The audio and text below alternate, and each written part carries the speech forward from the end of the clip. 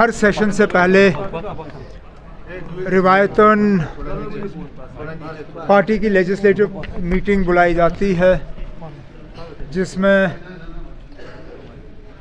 National conference के और फिर हमारे साथ जो जुड़े हुए इंडिपेंडेंट्स हैं या तारिगामी साहब हैं, उन्हें मीटिंग में बुला के सेशन की स्ट्रैटेजी तय की जाती है।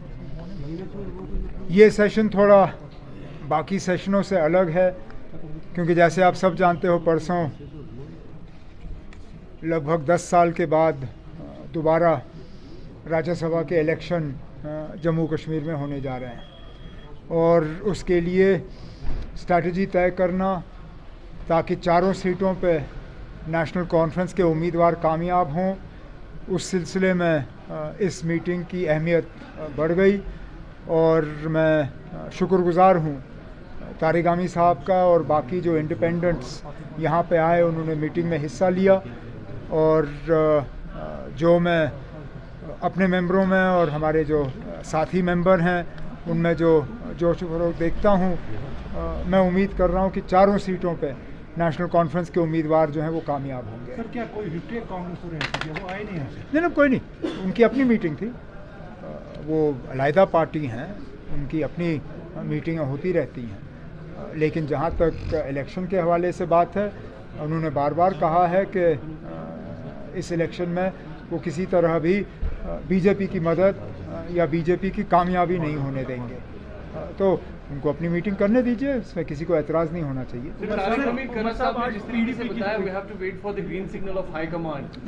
उनका अपना सिलसिला, उनका अपना तरीका होता है। उनकी पार्टी और हमारी पार्टी में इतना तो फ़र्क है कि उनकी जो यहाँ पे लीडरशिप है, उनको अपने हाईकमांड के सिग्नल का इंतज़ार करना होता है। हम अपने फ़ैसले यहीं करते हैं। लेकिन ये कोई नई बात नहीं है, ना इससे किसी को कोई परेशानी होनी चाहिए। उनका हाईकमांड का भी सिग्नल तो ऐसा नहीं होगा जिससे कि बीजेपी को फ़ायदा हो। लेकिन जिस तरह नगरोटा की सीट के लिए भी, हालांकि वो लड़ने के लिए तैयार थे लोकल लेवल पे, लेकिन हाईकमांड के सिग्नल का इंतज़ार कर रहे थे। हाईकमांड ने वो सीट नेशनल कॉन्फ्रेंस के लिए छोड़ी और हमने अपना उम्मीदवार जो है मैदान में उतार दिया। और ये खबरें आ रही है कि पीडीपी भी राजी हुई है नेशनल कॉन्फ्रेंस को सपोर्ट करने के लिए। क्या आपके पास कोई इन्फॉर्मेशन आई?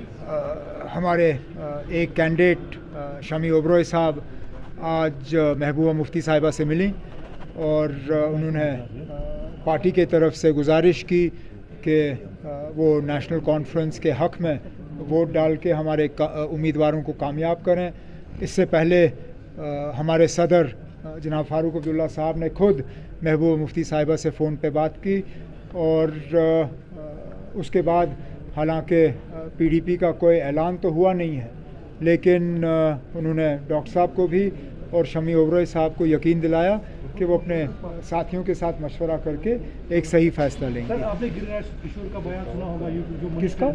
गिरिराज सिंह, वो कौन है? कि बिहार में जो मुसलमान है वो नमक हराम है, हमें उनका वोट। ये कौन है? गिरिराज सिंह किशोर सर, ये यूनियन मिनिस्टर है सर। अफसोस की बात है ना, अगर कोई यूनियन मिनिस्टर इस तरह की बात करे, लेकिन इलेक्शनों में इन लोगों की आदत है ना, क्योंकि इनके पास काम कुछ दिखाने के लिए है नहीं, ज़मीनी सतह पे उनकी पोजीशन थोड़ी खस्ता है, तो ये फिर मजहबी फसाद जो है वो पैदा करते हैं। मज़हब, ये नमाज पढ़ने के बाद ये वहाँ गंगा जल से इलाके को धोने का काम करते हैं, मुसलमानों के ख़िलाफ़ इस तरह के बयान जारी किए जाते हैं। ये इलेक्शन में इन लोगों की आदत है। फिर ये वो लोग कहते हैं कि हम हर हिंदुस्तानी की नुमाइंदगी करते हैं। अगर हर हिंदुस्तानी की नुमाइंदगी हो रही है तो वज़ीर आज़म साहब को इन बयानों को देख के इन मिनिस्टरों के खिलाफ कार्रवाई करनी चाहिए, नहीं तो फिर क्या सिग्नल जा रहा है। उमर साहब, लीडर ऑफ अपोजिशन ने कल बडगाम में तकरीर करते हुए आवाम से कहा कि हम बीजेपी या हम नेशनल कॉन्फ्रेंस के साथ सरकार बनाएंगे, क्योंकि वो हमारे पास ऑफर है कि हम उनको जो है एक्सेप्ट ही नहीं कर रहे हैं। कौन सा ऑफर आया? एलओपी साहब से पूछिए ना, ऑफर आया कहाँ से? क्योंकि हमने तो कोई ऑफर नहीं दी और उनकी तरह हम मतलब छुप के काम करते नहीं हैं। अगर हमने कोई ऑफ़र करनी होती तो आप सबके सामने करते। कोई ऑफ़र आया नहीं तो एलओपी साहब जब अपने काम में ज़रा दिलचस्पी ज़्यादा दें और ये बेबुनियाद बयान जो है इनको अपने घर में ही रखें।